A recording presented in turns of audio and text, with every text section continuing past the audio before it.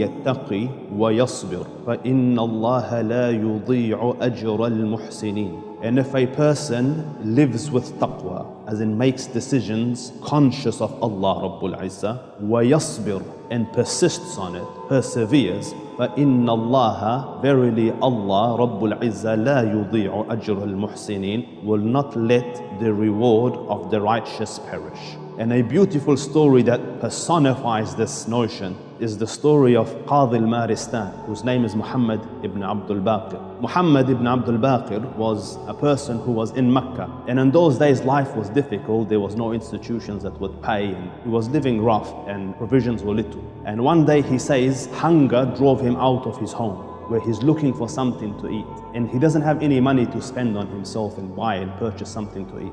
So walking in the streets, he's looked down and he saw a bag, a sack, a purse. He leant down, picked it up, took it home, opened it, and he says, I have never seen a pearl necklace like this before, dazzling and in a nice purse. So he goes, then I heard outside a person calling that, "O people, whoever has found a sack of pearls, I will give him 500 dinars. And 500 dinars is 500 gold coins. So he says, I thought to myself, I'll go out and I'll give the man the bag and maybe benefit from the 500 because he's offering it as a reward. So because I walked out, I saw the elderly man and I invited him in. I asked him, as is the sunnah of the Prophet, describe the sack. So he described it, with the material that's in there and the tie that's on it. And then I said, describe what's in it. And he described it. And I said, describe the string of the necklace. And he described it. So this Qadi al-Maristan, young student at this stage, gave him the sack back, gave him the purse of pearls back. So the man gave him 500.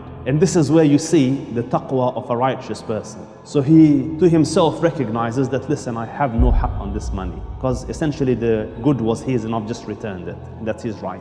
So he said, no, I don't want it. Because the man insisted, listen, I give it out of my free will. And the sheikh said, no, I can't take it.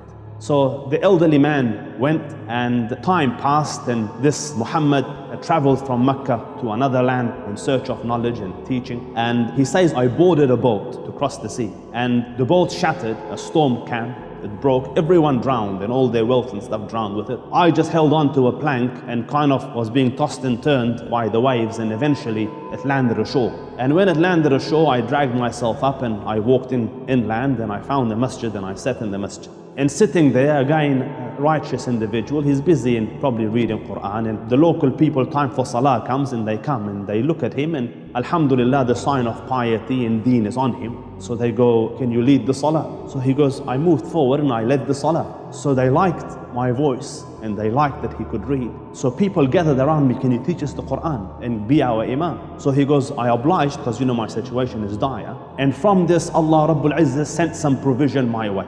People would pay, and there was a stipend assigned to him for the imamate probably. And he continued like this. So because I stayed there some time, and then I found in the side of the masjid some parchment, some writings of Quran. So I looked at it and I started to read it, and they saw that I can read. So they go, you can read and write? He goes, yes, I can read and write. So he goes, they brought their kids and enrolled them with me, and they increased my pay, and they said, listen, we can't let you leave this place, you have to stay here and you have to teach our kids. And because you're staying here, you're a young man, you need to get married. We have a young orphan girl here who has some wealth left to her, so why don't you marry her? So he says, I refused, but they insisted, so eventually I relented. And in those days, you wouldn't see your wife until later on, until the wedding night. So at the wedding night, the lady came into the wedding chamber, and he looks up, and on her neck, his eyes are caught by a necklace. And he's just sitting there, be glued to the necklace. And the poor orphan girl is thinking like, hello, I'm here. And this guy's eyes are just on the necklace. So the girl felt, this is a very materialistic person, his eyes are focused on, and he doesn't care about me, he's after my wealth. So she complained to the locals, and they came to him, Sheikh, what did you do? You broke the heart of an orphan, He goes, no, there's a story. So what's the story? He goes, I was in Mecca, and I was walking, and I found this purse, and I opened it, and there was pearls in there, and an old man came, and he wanted, and I gave it to him, and he offered me 500, and I said no, and that same pearl is on her neck. So they started to say, Allahu Akbar, Allah, he started screaming until everyone in the island gathered.